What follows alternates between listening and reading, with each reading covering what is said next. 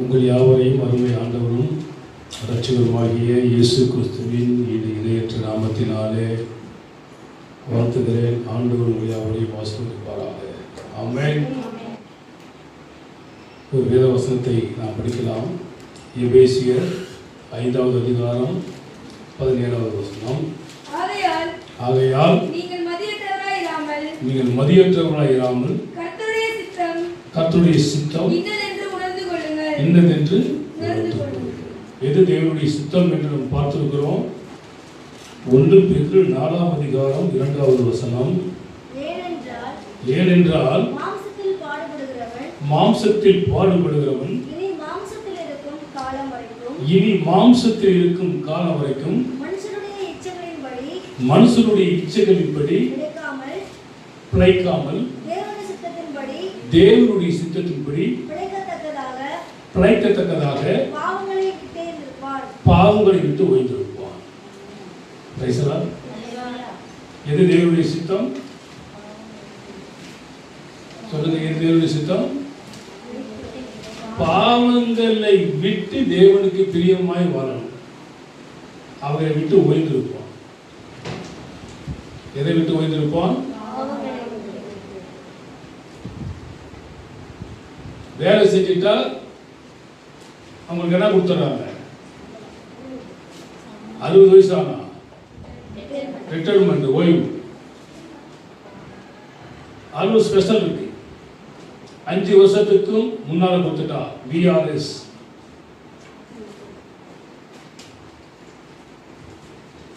VRS என்ன?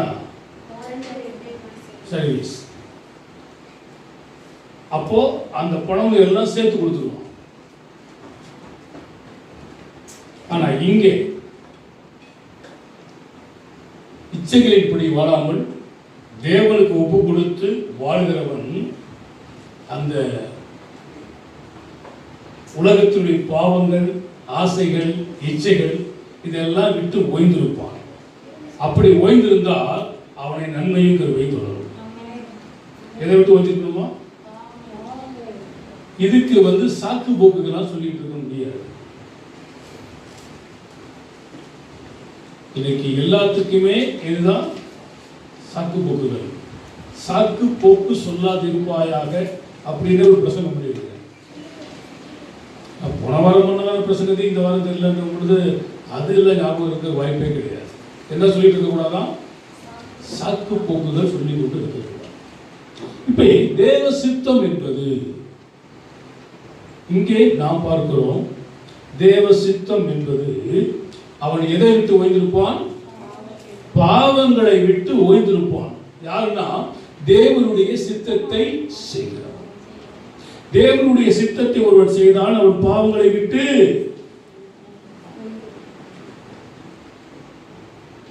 ஏன்னு கேட்டா ஒரு வசனத்தை படிச்சு பாருங்க. பிரசங்கி 7:20. ஒரு பாவமும் செய்யாமல் நன்மையே செய்யத்தக்க நீதிமான் பூமியில் இல்லை.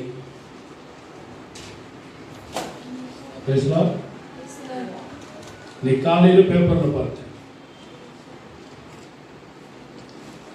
சொல்றேன் என்ன, நாங்க தேனிக்கு போனோம். கூகுள் மேப் வச்சு போனோம். அப்படியே போயிட்டு இருந்தது. எங்க போச்சுன்னு கேட்டீங்கன்னா பெரிய ஒரு ஆறுக்குள்ள கொண்டு போய் எங்களை விட்டுச்சு.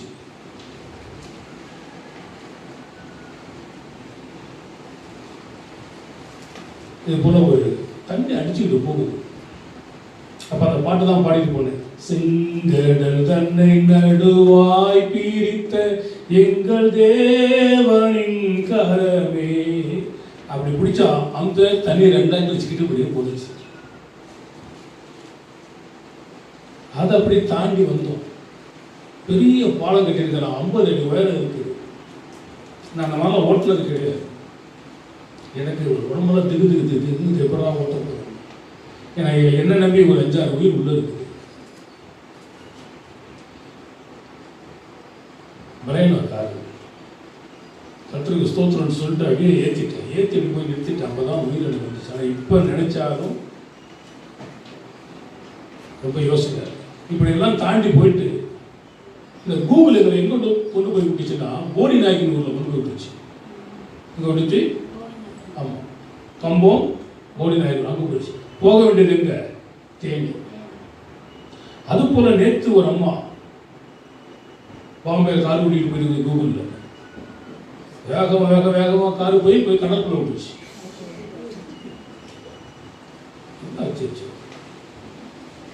போன முந்திர வர சொன்னல, மனைவி கேட்டா என் புதுசாக சந்தோஷமா வாழணும் என்ன பண்ண, ஒரு கயிறை வாங்கி தொங்கிடு. இதெல்லாம் கூகுள் இருக்கு. இப்போ இன்னைக்கு தந்தில போட்டுருக்கான், வேகமாக போய் எல்லாம் விட்டுட்டா. கடற்படை காவலர்கள் வந்து நல்லா காப்பாற்றினாங்க. ஆனால் நீ மரண இருளின் பள்ளத்தாக்கில் நடந்தாலும் உன்னை காப்பாற்றுறவர் இயேசுநாதர் மாத்திரம் தான். கூகுளை வச்சுக்கிட்டு எல்லாம் போயிட்டு இருக்க வாழ்க்கைக்கு கூகுள் வராது. நல்ல புருஷன் கூகுள் தராது, நல்ல பொண்டாட்டி கூகுள் தராது. அதை தகுந்த மாதிரி மாறிக்கணும். இந்த வசனம் என்ன சொல்லுகிறது? அவன் பாவத்தை விட்டு வைத்திருப்பான்.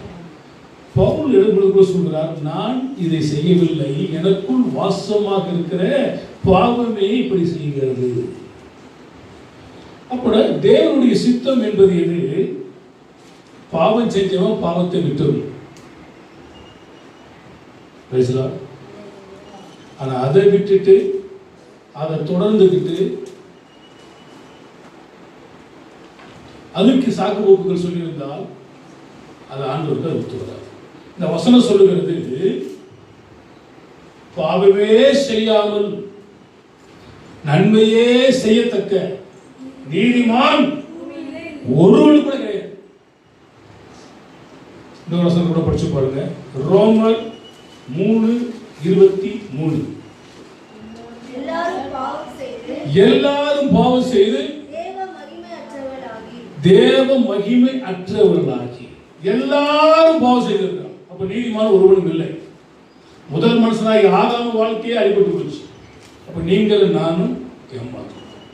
ஆனால் இயேசு கிறிஸ்து இந்த பூமிக்கு இழந்து போனதை தேடவும் ரட்சிக்குமே வந்தார். அவர் வந்தபடியினால் அவர் காண்பிக்கிற வழியின் நிமித்தமாய் நீங்களும் நானும் நீதிமான்களாக்கப்பட்டு இருக்கிறோம், பரிசுத்தவான்கள் ஆக்கப்பட்டு இருக்கிறோம். எனவே நீங்களும் நானும் எதை விட்டு ஓய்ந்திருக்க வேண்டுமா? பாவத்தை விட்டு ஓய்ந்திருக்க வேண்டும். 2 பேர் எழுதுறாரு, அதே பேர் எழுதுறாரு. 2 பேர் 2ஆம் அதிகாரம் 9 to 22 வசனங்களை வீட்டில் போய் வாசித்துக்கோங்க. பாவத்தை விட்டு ஓயாதவர்கள் இவர்கள் யாருன்னா 2 பேர் 2ஆம் அதிகாரம் 9வது வசனத்தை மாத்திரம் வாசிப்போம். கர்த்தர் தேவ பக்தி உள்ளவர்களை சோதனை நின்று ரட்சிக்கவும் அக்கிரமக்காரரை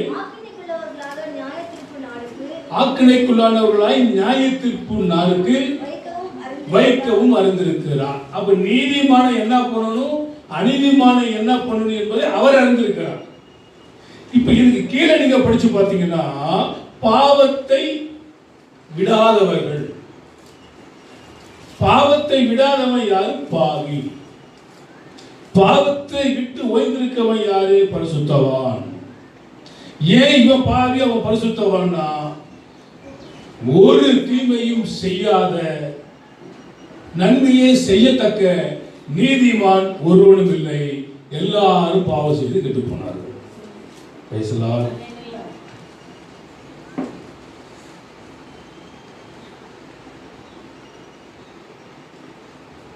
இந்த பாவிகள் ஓய்ந்திருக்க வேண்டுமானால், பாவத்தை விட்டு ஓய்ந்திருக்க வேண்டுமானால் வேதத்தில் சில வசனங்களை படிக்கலாம். 1 ராஜாக்கள் 8ஆம் அதிகாரம் 35வது 36வது வசனம். அவர்கள் உமக்கு விரோதமாய் பாவம் செய்ததினால் வானம் அடைப்பட்டு மழை பெய்யாது இருக்கும் பொழுது அவர்கள் இந்த ஸ்தலத்துக்கு நேராக விண்ணப்பம் செய்து உமது நாமத்தை அறிக்கை பண்ணி தங்களை தேவரீர் கிளேசப்படுத்துகையில் தங்கள் பாவங்களை விட்டும் திரும்பினார் பரலோகத்தில் இருக்கிற தேவரீர் கேட்டு உமது அடியாரும் உமது ஜனங்களுமாகிய இஸ்ரவேலும் செய்த பாவங்களை மன்னித்து அவர்கள் நடக்க வேண்டிய நல்வழியை அவர்களுக்கு போதித்து தேவரீர் உமது ஜனத்துக்கு சுதந்திரமாக கொடுத்த உமது தேசத்தில் மழை பெய்ய கட்டளையிடுவீராக. அப்போ அந்த பாவங்கள் செய்யும்போது வானங்கள் அழைக்கப்படுகிறது, பாவங்களை அறிக்கை செய்வது வானங்கள் திறக்கப்படுகிறது. இப்போ மழை பெய்யலன்னா என்ன பண்றான்? கழுதையை கொண்டு போய் கல்யாணம் பண்ணி வைக்கிறான். அதுல நினைக்காத, எதையோட கல்யாணம் பண்ணாலும் நினைக்காத. பாவங்களை அறிக்கையிட்டு கர்த்தரை நோக்கி பார்த்தால் அவர் வானங்களை திறப்பார். எலியா என்பவன் நம்மை போல பாடுள்ள மனுஷனாக இருந்து அவன் சொல்லுகிற வார்த்தையின்படியே 3.5 வருடங்கள் என்ன பெய்யல, மழை பெய்யல. அவன் சொன்ன பிறகுதான் மழை பெய்ஞ்சிச்சு. அப்ப இந்த காரியங்கள்லாம் யாருக்கு கர்த்தர் கொடுத்திருக்கிறார்? தேவனுடைய ஊழியக்காரனுக்கு அதிகாரத்தை கற்றுக் கொடுத்திருக்கிறார். இதே வசனம் 2 நாளாகமும் 6ஆம் அதிகாரம் 26, 27 வசனங்களில் சொல்லப்பட்டிருக்கிறது. நம்ம ஒரு வசனத்தை மீண்டும் படிக்கலாம். எரேமியா 36:3. யூதாவின் குடும்பத்தார் அவரவர் தங்கள் பொல்லாத வழியை விட்டு திரும்பும்படியாகவும் தங்கள் அக்கிரமத்தையும் தங்கள் பாவத்தையும் நான் மன்னிக்கும்படியாகவும் தங்களுக்கு நான் செய்ய நினைத்திருக்கிற தீங்குகளை குறித்து ஒருவேளை அவர்கள் கேட்பார்கள் என்றார். இப்ப இந்த தீமைகளை எல்லாம் நம்ம அறிக்கை செய்து விட்டு விட்டுட்டால் தீமையை பாராத சுத்தக்கன நம்மை மன்னிப்பார். அவர் தீமையை பாராத சுத்தம். நிறைய வசனங்கள் கடைசி வரலும் நீங்க என்ன பண்ணுங்க, வீட்டில் போய் படிச்சுக்கோங்க. 2 தீமோத்தேயு 3ஆம் அதிகாரம் 1 - 12 வசனம் படிக்கணும். ஒரு 3 வசனம் படிக்கலாம். மேலும் கடைசி நாட்களில் கொடிய காலங்கள் வரும் என்று அறிவாயாக. எப்படி எனில் மனுஷர்கள் தற்பிரியராயும் பணப்பிரியராயும் வீம்புக்காரராயும் அகந்த உள்ளவர்களாயும் தூசிக்கிறவராயும்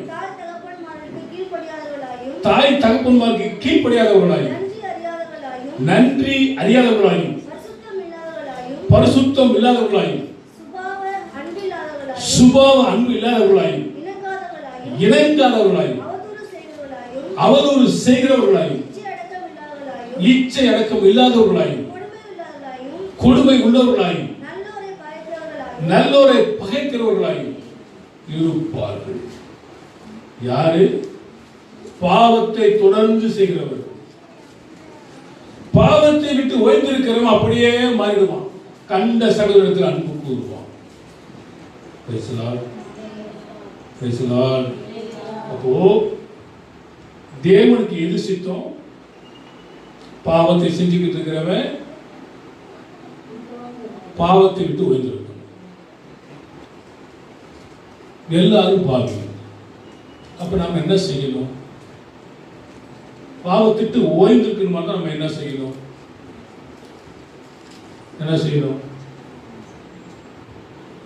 பாவத்திட்டு ஓய்ந்திருக்கணுமா? நம்ம என்ன செய்யணும்? பாவம் செய்யக்கூடாது. பாவம் செய்யக்கூடாதுன்னா என்ன செய்யணும்? பாவ அறிக்கை செய்யணும். என்ன செய்யணும்? யாருக்கு போய் செய்யணும்? ஃபாதர்கிட்ட போய் செய்யணும். எல்லா தடவையும் சொல்றாங்க ஃபாதர் கிட்ட. எதா இருந்தாலும் உங்களுக்கு எவிடன்ஸ் சொல்லுது வேணும். வசனம் இல்லாம சொல்லக்கூடாது. இப்ப நீங்க படிச்ச வசனம் என்ன படிச்சீங்க? நீதிமொழிகள்ல 28ஆம் அதிகாரம் 13வது வசனம் என்ன சொல்கிறது? நான் பாவ அறிக்கை வேணும் நம்ம சொன்னோம். மனப்பாடமா தெரிந்த அந்த வசனம். நீதிமொழிகள் 28:13. தன் பாவங்களை மறைக்கிறவன் வாழ்வடைய மாட்டான். இப்ப என்ன நமக்கு வேணும்? பாவ அறிக்கை வேணும். தன் பாவங்களை மறைக்கிறவன் வாழ்வடைய மாட்டான், அவைகளை அறிக்கை செய்து. ஏன்னு கேட்டால் பாவங்களை விட்டு ஓய்ந்திருப்பது தேவனுடைய சித்தம். அப்ப தேவனுடைய சித்தத்தை ஒருவன் செய்ய நினைத்தால் அவன் தன் பாவங்களை அறிக்கை செய்து விட்டு விடுவான். பாவம் வாசற்படியில் படுத்திருக்கும், பாவம் உன்னை தொடர்ந்து பிடிக்கும், பாவத்தை விட்டு ஓடு, பாவம் செய்கிற ஆத்துமா சாகவே சாகும். ஏன்னு கேட்டால் பாவமே செய்யாமல் எந்த தப்பும் செய்யாமல் நீதிமானாக பிறந்தவன் உலகத்துல ஒருத்தரும் கிடையாது. ஏன்னா பாவியை ரட்சிக்க தான் கிறிஸ்து உலகத்துக்கு வந்தார். என் தாய் என்னை பாவத்தில் கர்ப்பம் தரித்தார். பாவத்தில் இருந்த நம்மை மீட்கும்படி தான் பரிசுத்தராகிய தேவன் இந்த பூமியிலே கன்னி மரி வயிற்றில் அவதரித்தார். அப்படி வந்த அந்த தேவன் பேச்சு பரிசுத்தம், நடக்கை பரிசுத்தம், பார்வை பரிசுத்தம், எல்லாமே பரிசுத்தம். அதனால தான் சொல்றார், நான் பரிசுத்தராய் இருக்கிறது போல நீங்களும் பரிசுத்தராய் இருக்க வேண்டுமானால், அவன் பரிசுத்தவானாய் இருக்க வேண்டுமானால் பாவங்களை விட்டு ஓய்ந்திருப்பான். பாவங்களை விட்டு அவன் ஓய்ந்திருக்க வேண்டுமானால் தன் பாவங்களை மறைக்கிறவன் வாழ்வடைய மாட்டான். அவைகளை அறிக்கை செய்து விட்டு விடுகிறவன் தேவனிடத்திலே. ஆமென். சங்கீதம் 32:1-5 வசனங்களை நாம் வாசிக்க கேட்போமானால், எவனுடைய மீறுதல் மன்னிக்கப்பட்டதோ, எவனுடைய பாவம் மூடப்பட்டதோ அவன் பாக்கியவான். எவனுடைய அக்கிரமத்தை கர்த்தர் எண்ணாதிருக்கிறாரோ, எவனுடைய ஆவியில் கபடம் இல்லாதிருக்கிறதோ அவன் பாக்கியவான். நான் அடக்கி வைத்த மட்டும் நித்தம் என் கதறலினால், நித்தம் என் கதறலினால் என் எலும்புகள் உலர்ந்து போயிற்று. இரவும் பகலும் என் மேல் உம்முடைய கை பாரமாக இருந்ததினால் என் சாரம் உஷ்ணக்கால வறட்சியை போல வறண்டு போயிற்று. நான் என் அக்கிரமத்தை மறைக்காமல் என் பாவத்தை உமக்கு அறிவித்தேன். என் மீறுதல்களை கர்த்தருக்கு அறிக்கையிடுவேன் என்று தேவரீர் என் பாவத்தின் தோஷத்தை மன்னித்தீர். அப்ப என்ன பண்ணிட்டான்? என்னத்த பண்ணிட்டான்? பாவ அறிக்கை பண்ணிட்டான். Praise the Lord, praise the Lord. என்ன ஐயா இவரோ அவ்வளவு பெரிய பாவம் பண்ணிட்டான்? கொலை செய்தான், விபச்சாரம் செய்தான். தாவீது ரெண்டு செய்யக்கூடாதுன்னு அவனுக்கு நல்லாவே தெரியும்.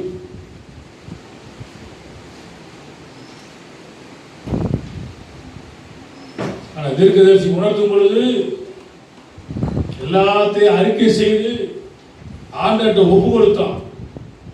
51ஆம் சங்கீதம் முழுவதும் எடுத்து வாசிங்கள. சங்கீதம் 51 இல்ல, சங்கீதம் 51 மேல் பகுதி. பச்சேபாலிடத்தில் தாவீது பாவத்துக்கு உட்பட்ட பின்பு நாத்தான் தீர்க்கதரிசி அவரிடத்தில் வந்து அவன் பாவத்தை உணர்த்தின போது பாடி ராகத்தானுக்கு ஒப்பிக்கப்பட்ட தாவீதின் சங்கீதம். Praise the Lord. அப்ப இந்த சங்கீதமே என்ன அறிக்கை சங்கீதம்? ஆமா, ஏன்னா தன் பாவங்களை மறைக்கிறவன் வாழ்வடைய மாட்டான், அவைகளை அறிக்கை செய்து விட்டு விடுகிறவன் தேவனிடத்துல. இதை யார் செய்வான்னு கேட்டா, பாவத்தை விட்டு ஓஞ்சிருக்குன்னு எவன் நினைக்கிறானோ அவன் செய்ய வேண்டிய வேலை தான் இது. இதைத்தான் பவுலும் அதை ஊழியப்படுத்துகிறார். ரோமர் 4ஆம் அதிகாரம் 7வது வசனம் 8வது வசனம். எவனுடைய அக்கிரமங்கள் எங்க இருந்துச்சு? இது சங்கீதம் 32ல 1-5 வரலும் படிச்சோம். அதைத்தான் எழுதுகிறார் ரோமர்ல 4ஆம் அதிகாரம் 7-8 வசனத்துல. எவனுடைய ஆரம்பத்தில் முடியுமா? எவர்களுடைய அக்கிரமங்கள் மன்னிக்கப்பட்டதோ, எவர்களுடைய பாவங்கள் மூடப்பட்டதோ அவர்கள் பாக்கியவான்கள். எவனுடைய பாவங்களை கர்த்தர் எண்ணாதிருக்கிறாரோ அவன் பாக்கியவான் என்று தாவீது சொல்லியிருக்கிறான். ஏன்னு கேட்டா, எல்லாவற்றையும் ஆண்டு அனுபவிச்சு பாவ அறிக்கை செய்து விட்டு மனம் திரும்பினவன் சொல்றான். என்னன்னு? எவனுடைய அக்கிரமங்கள் மன்னிக்கப்பட்டதோ, எவனுடைய பாவங்கள் மன்னிக்கப்பட்டதோ அவன் பாக்கியவான். நம்ம நிறைய பேர் நீங்க சொல்லிக்கிட்டு பெரிய நீதிமான்களா? அதுக்கு யோவான் எழுதுறார். 1 யோவான் 1ஆம் அதிகாரம் 8-10 வசனங்கள். 1 யோவான் 1ஆம் அதிகாரம் 8-10 வசனங்கள். நமக்குள் பாவம் இல்லை என்போமானால் நம்மை நாமே வஞ்சிக்கிறவர்களாக இருப்போம். சத்தியம் நமக்குள் இராது.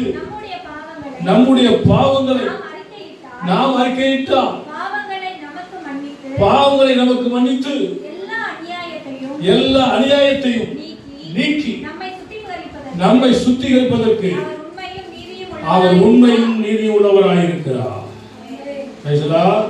அப்ப பாவ அறிக்கை என்பது அவசியம்.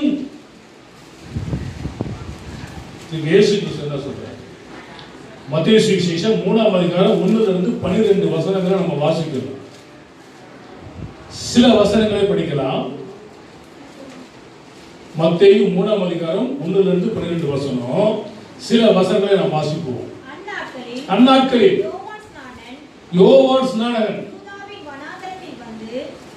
யூதேயாவின் வனாந்தரத்தில் வந்து மனம் திரும்புங்கள், பரலோக ராஜ்யம் சமீபமாக இருக்கிறது என்று பிரசங்கம் பண்ணினார். கர்த்தருக்கு வழி ஆயத்தம் பண்ணுங்கள், அவருக்கு பாதையை செவ்வை பண்ணுங்கள் என்று வனாந்தரத்தில் கூப்பிடுகிறவனுடைய சத்தமாய் உண்டென்று ஏசாயா தீர்க்கதரிசியினால் சொல்லப்பட்டவன் இவனே. இந்த யோவான் ஒட்டக மயிர் உடையை தரித்து தன் அறையில் வார்க்கச்சையை கட்டி கொண்டிருந்தான். வெட்டுக்கிளியும் காட்டு தேனும் அவனுக்கு ஆகாரமாக இருந்தது. அப்பொழுது எருசலேம் நகரத்தாரும் யூதேயா தேசத்தார் அனைவரும் யோர்தானுக்கு அடுத்து சுற்றுப்புறத்தார் யாவரும் அவரிடத்துக்கு போய் தங்கள் பாவங்களை அறிக்கையிட்டு யோர்தான் நதியில் அவனால் ஞானஸ்நானம் பெற்றார்கள். Praise the Lord. இப்போ பாவ அறிக்கை செய்துட்டான், ரைட்? அந்த பாவ அறிக்கை செஞ்சவனுடைய பாவம் போகணுமா இருந்தா என்ன பண்ணணும்? Praise the Lord. Praise the Lord. அப்ப ஞானஸ்நானம் எடுக்கும் பொழுது எல்லா பாவம் போச்சு, ஓகே. அப்ப ஞானஸ்நானம் எடுத்தவன் என்ன பண்ணுவான்? பாவத்தை விட்டு ஓஞ்சிருப்பான். தேவ கட்டளை கடைபிடிப்பான். தேவன் சொன்னதை கடைக்கொள்வான். செய்யாதவன் எதை தொடர்கிறான்? அவனை என்ன தொடருமா?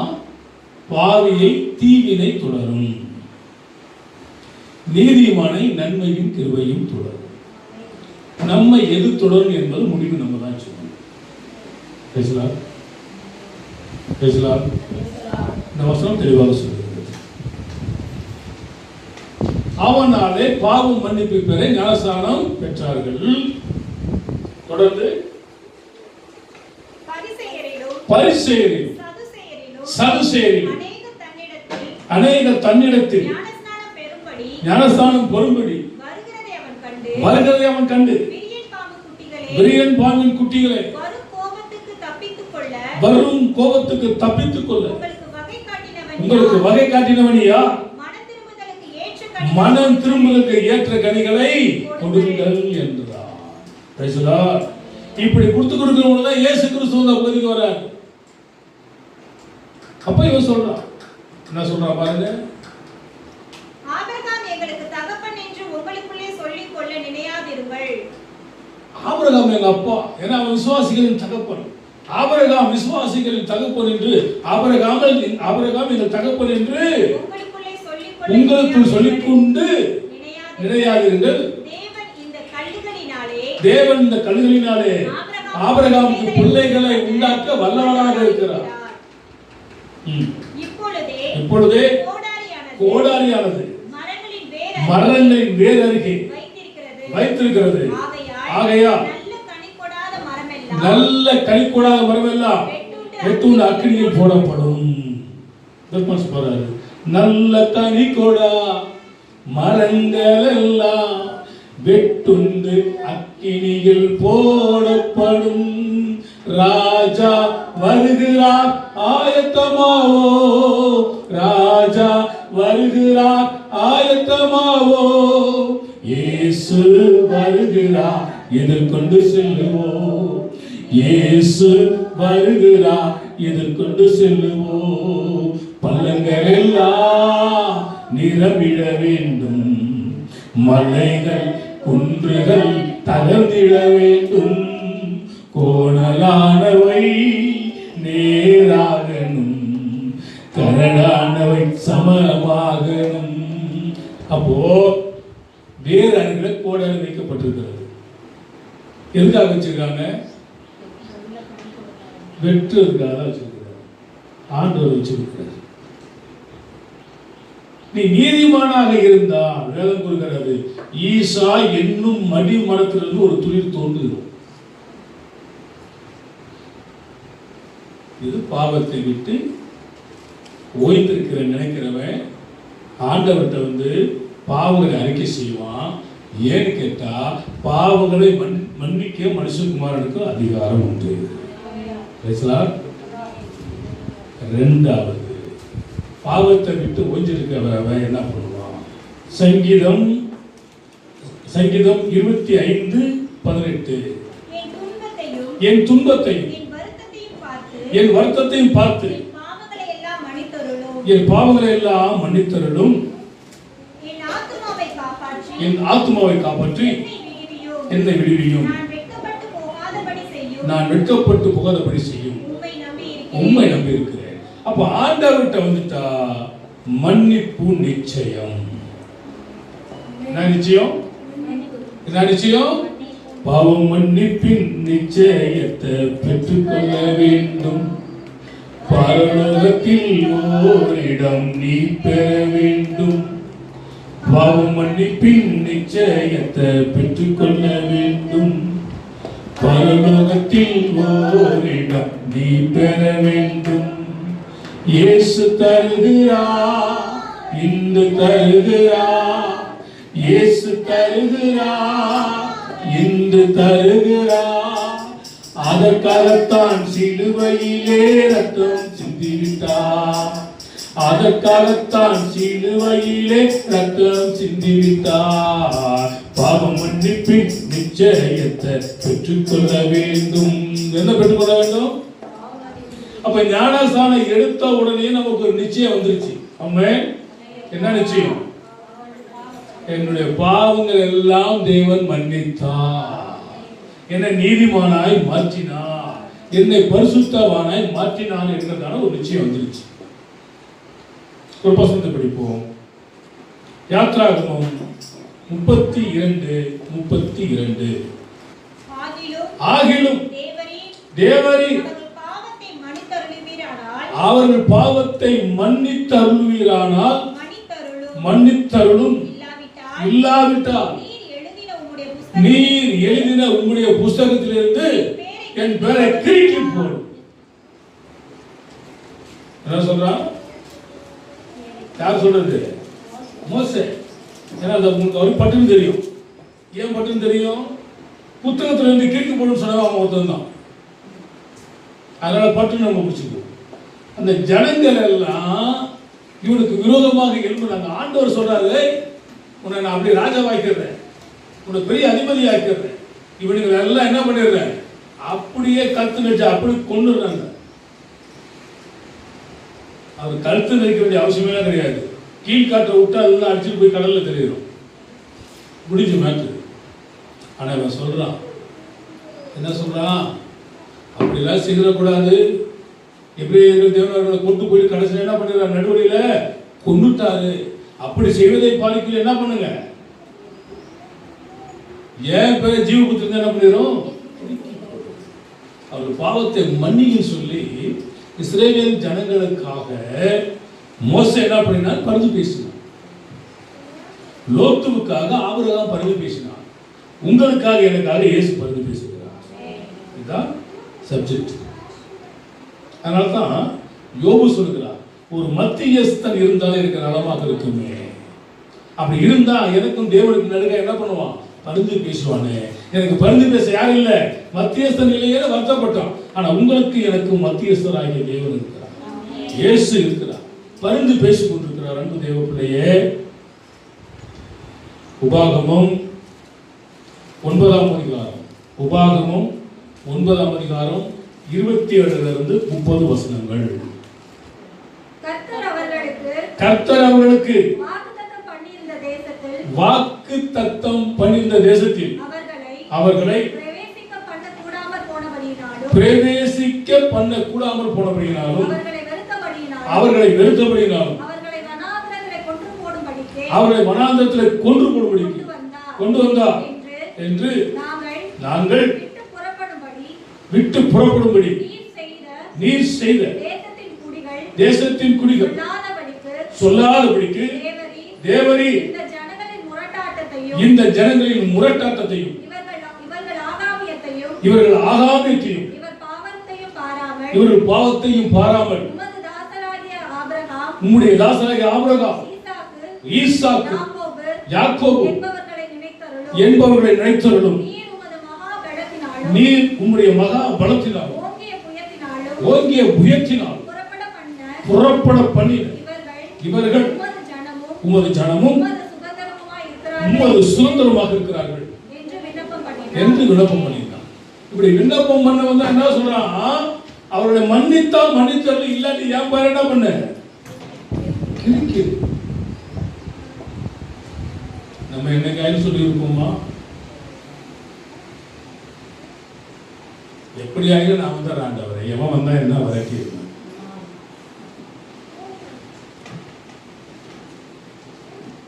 தான் சொல்லுங்க. அவங்க ஆத்மாக்கு அவங்க உத்தரவாதி. கலப்பையின் மேல் கை வைத்துட்டு பின்னிட்டு பார்க்கிற எவனும் தேவனுடைய ராஜ்யத்துக்குரியவன் அல்ல. இந்த வசனம் தெளிவா சொல்றது மன்னிப்பு நிச்சயம். இந்த மன்னிப்பு நிச்சயம் அப்படின்னா அதுக்கு முன்னால என்ன இருக்குது, பாவ அறிக்கை. பாவ அறிக்கை செய்தவன் பாவ மன்னிப்பு நிச்சயத்தை பெற்றுக் கொள்வான். 1 சாமுவேல் 15ஆம் அதிகாரம் 25 35 வசனங்கள் நீங்க போட்டுக்கங்க. அந்த 25வது வசனத்தை படிங்க.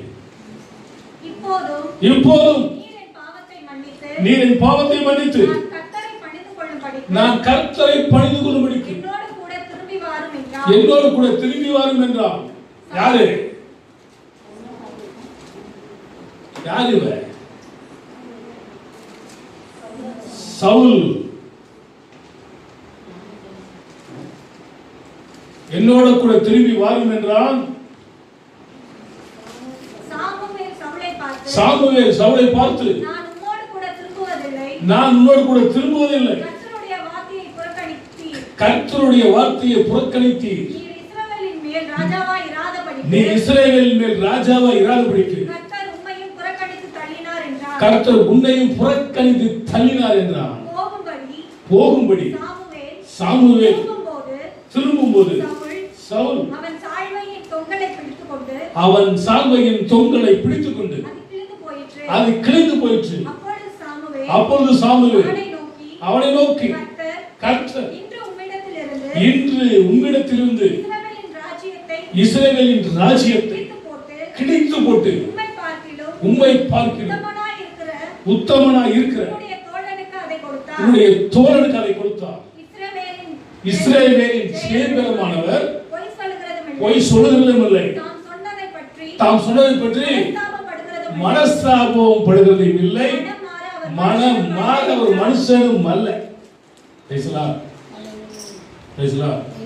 அப்போ ஒரு நிச்சயம் இருக்குது. என்னன்னா, நீ பாவ அறிக்கை செஞ்சுட்டா நான் என்ன பண்ணிடுவேன், மன்னிச்சுடுவேன். அந்த பாவ மன்னிப்பின் நிச்சயத்தை பெற்ற நீங்கள் நான் என்ன பண்ணிடக்கூடாது, வழி விலகக்கூடாது. வழி விலகிட்டா ராஜ்யபாரத்தையே செகண்ட்ல தூக்குன தேவன் நம்ம தூக்குறது பெரிய விஷயம் கிடையாது.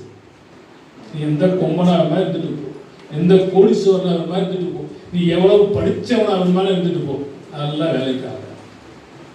தான் சொன்னதை பத்தி மனஸ்தாபப்படுகிறவர் அவர் அல்ல, மனம் மாறுகிறவரும் அல்ல. சொன்னா சொன்னதுதான்.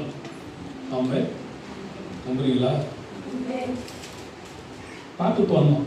தாய் மறந்தாலும் நீ மறப்பதில்லையே, தந்தை வெறுத்தாலும் நீ வெறுப்பதில்லையே. தாய் மறந்தாலும் நீ மறப்பதில்லையே, தந்தை வெறுத்தாலும் நீ வெறுப்பதில்லையே. தந்தை தாயினும் மேலானவர், தாங்கி என்று என்னை சுமப்பவர். தந்தை தாயினும் மேலானவர்,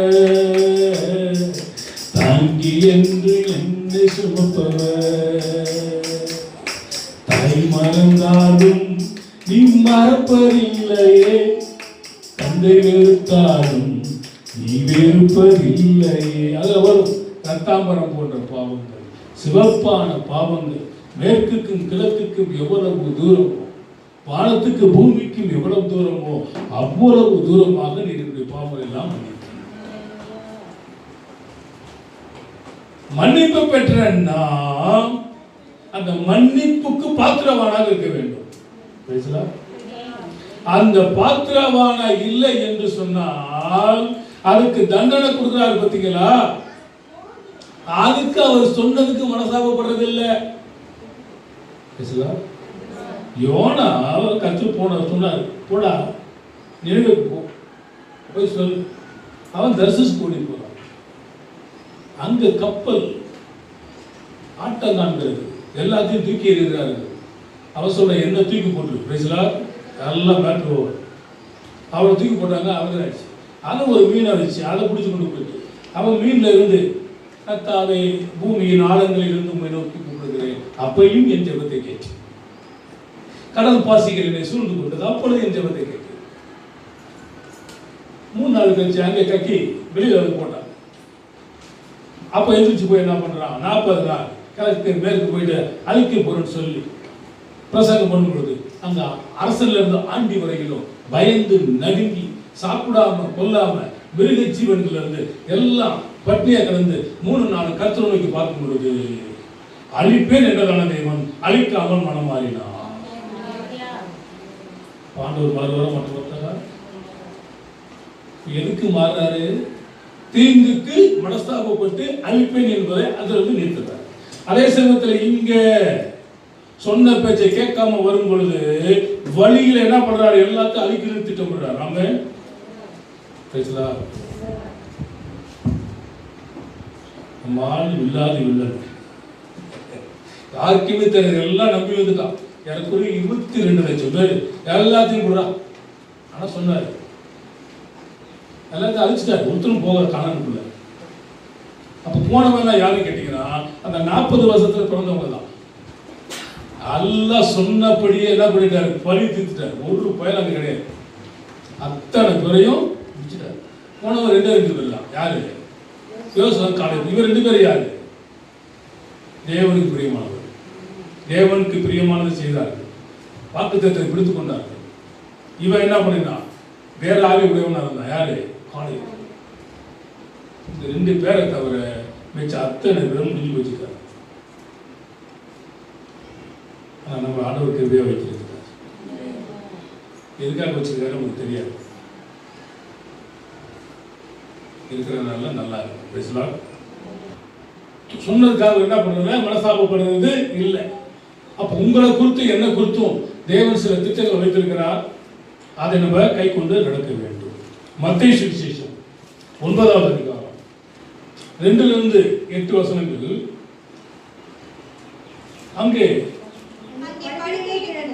அங்கே படுக்கையில கிடந்த ஒரு திமிர்வாதக்காரனை அவரிடத்தில் கொண்டு வந்தார்கள். இயேசு அவர்களுடைய விசுவாசத்தை கண்டு திமிர்வாதக்காரனை நோக்கி, மகனே திடன்கொள், உன் பாவங்கள் உனக்கு மன்னிக்கப்பட்டது என்றார்.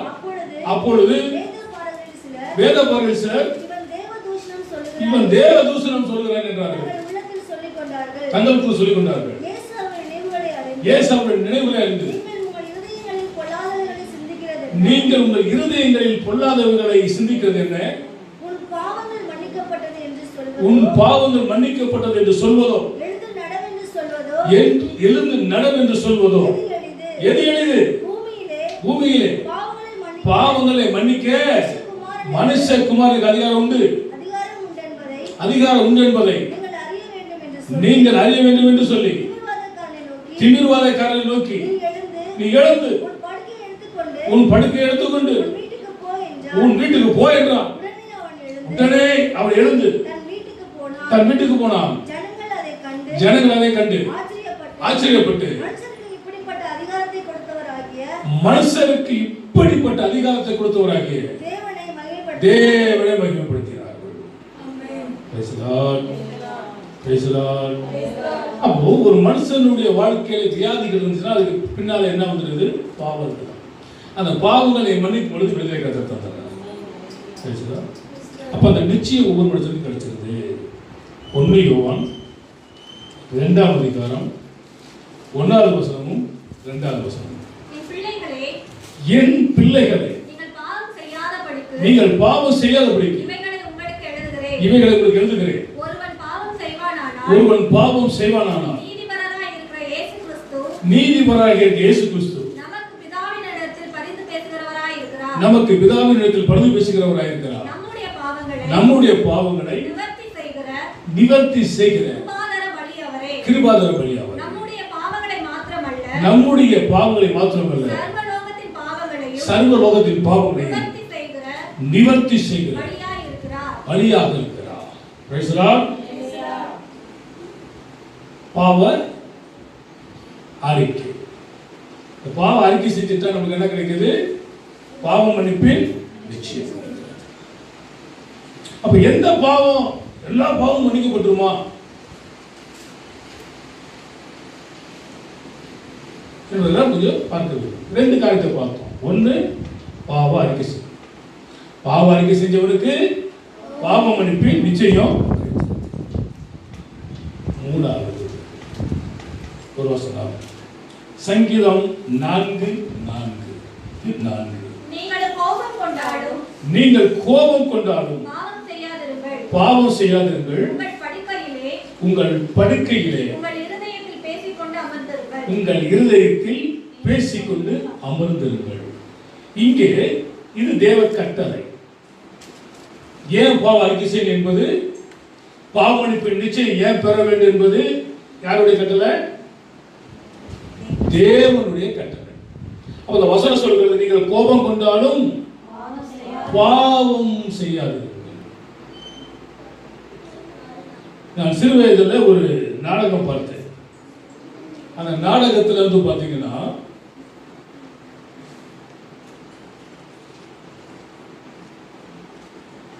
அவன் எதெல்லாம் சாப்பிட போறான், அது ஆக்சுவலி சினிமா படங்கள்ல உள்ளதுன்னா கதைகள்ல உள்ளதா அதில் எடுத்திருந்தாங்க. சாப்பிடும் போதெல்லாம் கல்லா மாறிடுவார். அந்த கணவன் வந்து தப்பு செய்வோம். இது அறிந்து கொண்டவள் இவளும் என்ன பண்றான்னா தவறான வாழ்க்கையை வாழ விரும்புகிறார். நீ யோக்கியம் இல்லை, நானும் யாரும் வாழ வேண்டிய அவசியம் இல்லை. யோக்கியமாய் வாழ வேண்டிய அவசியம் இல்லை. வேதம் கூறுகிறது, என்ன சொல்கிறது? நீங்கள் கோபம் கொண்டாலும் பாவம் செய்யாதிருங்கள். இப்போ உலகத்தில் சொல்லுவாங்க, ஆனா இருந்தவன் அவன் எங்கெங்க போயிட்டு எப்படி வந்துட்டாலும் சரி அவன் யாரு தான்? ஆண் தான். ஆனா ஒரு பெண்ணு தப்பா படிச்சுன்னா அது உலகம் என்ன சொல்லுது? வேற மாதிரி சொல்லுது. ஆனா இயேசு கிறிஸ்துவோ அப்படியாப்பட்டவங்களையும் மன்னித்து பரிசுத்தப்படுத்துகிறார். இதுதான் பைபிளுடைய சட்டம். அப்போ பாவ அறிக்கை, பாவ மன்னிப்பின் நிச்சயம். ஏன் இதெல்லாம் கேட்டால் இது தேவனுடைய கட்டளை. ஏன்னா நீதிமான ஒருவனும் இல்லை, எல்லாரும் பாவம் செய்து கெட்டு போனார்கள். அந்த நீங்கள் பாவம் என்ன பண்ணுகிறதா? கோபம் கொண்டாலும் கோபம் வரத செய்ய, எல்லாத்துக்கும் கோபம் வரத செய்ய.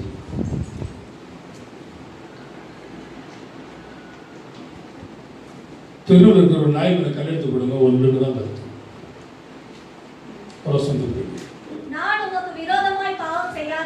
நான் உமக்கு விரோதமாய் பாவம் செய்யாதபடிக்கு உமது வாக்கை என் இருதயத்தில் வைத்து வைத்தேன். உமது வாக்கை இருதயத்தில் வைத்து வைத்தேன். சில காரியங்களை ஒரு அம்மா இருதயத்தில் வைத்து வைத்தார்கள். யாரு யாரு? அன்னார். அப்புறம் இயேசு கிறிஸ்துவின் பிறப்பு பற்றி சொல்லும் பொழுது எல்லாத்தையும் கேட்டு மரியாள் அவைகள் எல்லாம் தன் இருதயத்தில் வைத்து வைத்தார். இந்த வசனம் சொல்லுகிறது, உங்களுடைய வார்த்தையை நான் மீறிடக்கூடாது, உங்களுடைய கட்டளைகளை நான் மீறக்கூடாது. ஏன்னு கேட்டால் கட்டளையை மீறுவதே பாவம், அது மீறக்கூடாது. யோவான் 8:11 வசனம். அதற்கு அவள் இல்லை ஆண்டவரே என்றார். இயேசு அவளை நோக்கி நான் உன்னை ஆக்கினைக்குள்ளாக தீர்ப்பதில்லை, நீ போ, இனி பாவம் செய்யாதே. எந்த அம்மா? கைமையுமாக பிடிக்கப்பட்டாங்க. எல்லாரும் என்ன பண்றாங்க? நாங்க கைமையுமாக பிடிச்சிட்டோம். மோசையின் பிரமாணம் என்ன பண்ணுது? கல்ல இருந்து கொல்ல சொல்லுது. போதகரே நீ என்ன சொல்றீங்க? ஆண்டவர் சொன்னார், உங்களில் பாவம் இல்லாதவன் முதலாவது என்ன பண்ணு? கல்ல எடுத்துக்கொண்டு. அப்ப ஒருத்தர் அடிக்கல. ஏன்? எல்லாரும் பாவம் செய்து தேவமை மற்றவர்களானார்கள், நீதிமான் ஒருவனும் இல்லை. அப்ப எல்லாரும் தன்னுடைய இருதயத்தில் குத்தப்பட்டவர்களாய் அந்த பெண்ணை என்ன பண்ணல? சிரிக்கிறது இல்லை, எந்த குற்றமும் இருக்கல. அப்போ இந்த அம்மா நின்று கொண்டிருக்கிறார். இவர் என்ன தீர்ப்பு சொல்ல போகிறாரோ? இவர் சொன்னார், நானும் உன்னை தீர்ப்பதில்லை, நீ போ, இனி பாவம் செய்யாதே. ஏன்னா பாவ மன்னிப்பு அவசியம், பாவ அறிக்கை என்பது அவசியம். இவைகளை நாம் செய்யும் பொழுது பாவங்களை தேவன் மன்னிக்கிறார். இது தேவனுடைய கட்டளை, அவர் கொடுக்கிறதான புத்திமதிகள். இன்னொரு வசனத்தை படிப்போம். 1 கொரிந்தியர் 15:34. நீங்கள் பாவம் செய்யாமல் நீதிக்கேற்ப விழித்துக் கொண்டு தெரிந்தவர்களாயிருங்கள். சிலர் தேவனை பற்றி அறிவில்லாதிருக்கிறார்கள். உங்களுக்கு வெட்கம் உண்டாகும்படி இதை சொல்லுகிறேன். என்ன உண்டாக? நான் எதார்த்தமா சொல்லிட்டேன்னா கூட இப்படி வெக்கம் இருக்குதான்னு கேட்டாருமாங்க. ஆனா இவரே எழுதுறாரு, உங்களுக்கு வெக்கம் உண்டாகும்படி நான் எழுதுகிறேன் அப்படின்னு தெளிவாக எழுதுகிறார். எபேசியர் 4 26 வசனமும் 27 வசனமும். நீங்கள் கோபம் கொண்டாலும் பாவம் செய்யாதிருங்கள். சூரியன் அஸ்தமிக்கிறதுக்கு முன்னாக உங்கள் எரிச்சல் தனியே கிடவது, பிசாசுக்கு இடம் கொடாமல். அப்ப தூண்டி விடுறவன் யாருதான்? அப்ப சூரியன் மறைகிறதுக்குள்ள உங்களுக்கு என்ன ஆகுமா? கோபம். அப்ப அந்த வசனம் எங்க படிச்சோம்? சங்கீதம் 4:4 படிச்சோம். நீங்க கோபம் கொண்டாலும், இதைத்தான் பவுல் மீண்டுமாக இங்கே உறுதிப்படுத்துகிறார். நீங்க கோபம் கொண்டாலும் உங்களுடைய கோபங்கள் சூரியன் அஸ்தமிக்கிறதுக்குள்ள என்ன பண்ணாது? தண்ணீர் கடவுது. யாருக்கு இடம் கொடுக்காதீங்க? 1 யோவான் 3வது அதிகாரம் 7வது வசனம். பிள்ளைகளே, நீங்கள் ஒருவராலும் வஞ்சிக்கப்படாதீர்கள். நீதியை செய்கிறவன் அவர் நீதி உள்ளவராய் இருக்கிறது போல தானும் நீதி உள்ளவராக இருக்கிறார். பாவம் செய்கிறவன் பிசாசினால் உண்டாயிருக்கிறான். ஏனெனில் பிசாசானவன் ஆதி முதல் பாவம் செய்கிறான். பிசாசுடைய கிரியைகளை அழிக்கும்படிக்கு தேவனுடைய குமாரன் வெளிப்பட்டார். 7வது வசனம், 8வது வசனம், 9வது வசனம், 10வது வசனம், 11வது வசனம். இதெல்லாம் நம்ம படிக்கும் பொழுது பிசாசானவன் ஆதி முதல் கொண்டு பாவம் செய்கிறான். அவருடைய கிரியைகளை அழிக்கும்படிக்கு தேவனுடைய குமாரன் வெளிப்பட்டார். யோவான் 5ஆம் அதிகாரம் 18லிருந்து 21 வசனங்கள்.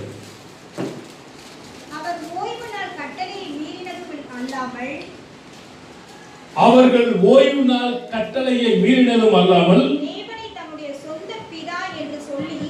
தேவனை தன்னுடைய சொந்த பிதா என்று சொல்லி தம்மை தேவனுக்கு சமமாக்கினபடியினாலே யூதர்கள் அவரை கொலை செய்யும்படி அதிகமாக வகை தேடினார்கள். அப்பொழுது இயேசு அவர்களை நோக்கி, மெய்யாகவே மெய்யாகவே நான் உங்களுக்கு சொல்லுகிறேன், பிதாவானவர் செய்ய குமாரன் காண்கிறது எதுவோ அதே அன்றி வேறு ஒன்றையும் தாமா செய்ய மாட்டார். அவர் எவைகளை செய்கிறாரோ அவைகளை குமாரனும் அந்தபடியே செய்கிறார். பிதாவானவர் குமாரனிடத்தில் அன்பாயிருந்து தாம் செய்கிறவைகளை எல்லாம் அவருக்கு காண்பிக்கிறார்.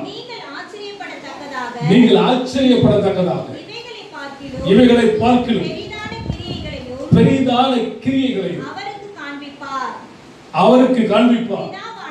பிதாவானவர் மரித்தோரை எழுப்பி உயிர்ப்பிக்கிறது போல குமாரனும் தமக்கு சித்தமானவர்களை உயிர்ப்பிக்கிறார். யாரை உயிர்ப்பிப்பார்? பாவத்துக்கென்று மரிக்கிறவனைத்தான் நீதிக்கென்று உயிர்ப்பிக்க செய்வார். இதா யாருக்கு சித்தம் வைத்திருக்கிறாரோ இவருடைய பாவங்களை மன்னிக்க சித்தம் வைத்திருக்கிறார். இவருடைய பாவங்களை மன்னிக்க இவருடைய பாவங்கள் மன்னிக்கப்பட்டது. இவருடைய அக்கிரமங்களை என்ன இருக்கிறார்? அவன் 3 காரியம் இங்கே சொல்லப்பட்டிருக்கிறது. எது தேவனுக்கு சித்தம்? பாவங்களை விட்டு ஓய்ந்து தேவனுக்காய் வாழ்வது தான் தேவனுடைய சித்தம். அப்போ அப்படி வாழணுமா இருந்தா என்ன பண்ணணும்? பாவ அறிக்கை செய்யணும்.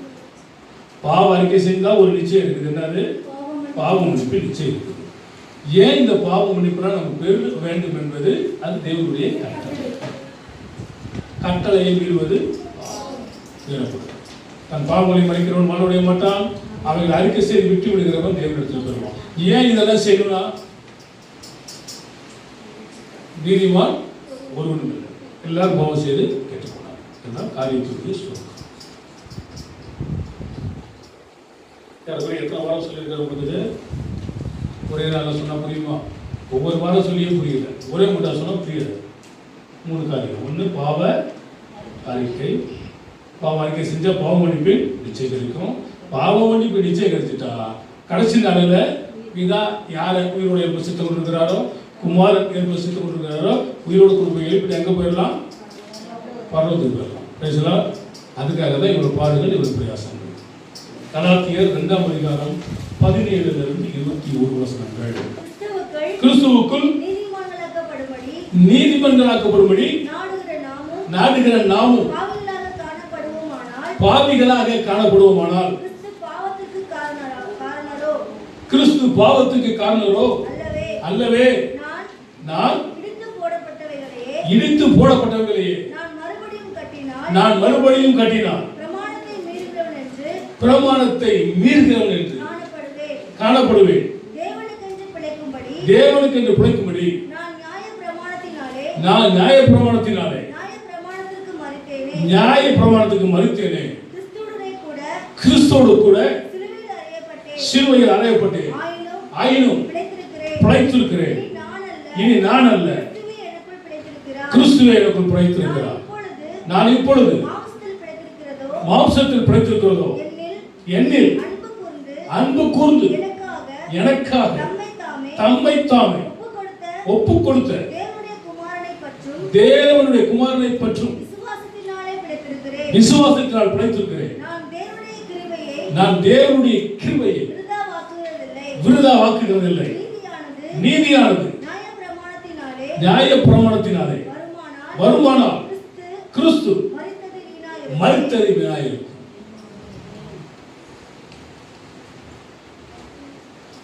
அப்போ நீதிமானாக இருக்கணும்னா உன் பாவத்தை விட்டு ஒஞ்சிருக்கும். வாழ்வது நான் அல்ல, இதுதான் சப்ஜெக்ட். எது தேவனுடைய சித்தம்? பாவத்தை விட்டு ஒழிச்சிருக்கணும். எதெல்லாம் பாவம்னா 365 நாளைக்கு 365 பாவத்தை வசனத்தை ஆதாரத்தோட காட்ட முடியும். எத்தனை பாவம்? ஒரு நாளைக்கு ஒரு பாவம். 365 பயப்படாதுன்னு பைபிள் சொல்லு. வேத ரெஃபரன்ஸ் அதோடு கூட 365 நாளுக்கு 365 பாவத்தை காட்டலை. இதெல்லாம் பாவம். எனவே நீதிமான்களாக இருக்கிற நாம் பாவத்தை விட்டு ஓய்ந்திருக்க வேண்டுமானால் பாவ அறிக்கை அவசியம். பாவ அறிக்கை பண்ணினா பாவங்கள் மன்னிக்கப்பட்டது நிச்சயம்.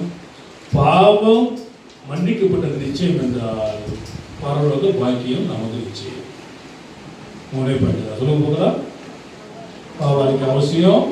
பாவ அறிக்கை செஞ்சுட்டா பாவ மன்னிப்பு நிச்சயம். பாவம் மன்னிப்பு நிச்சயம் ஆயிடுச்சுன்னா கன்ஃபார்ம். Praise the Lord. யாராவது அது நிச்சயம். என்ன நிச்சயம்? அப்படியே உங்களுக்கு ஆகட்டும். கண்ண முழுவதும் சொல்லுவோம்.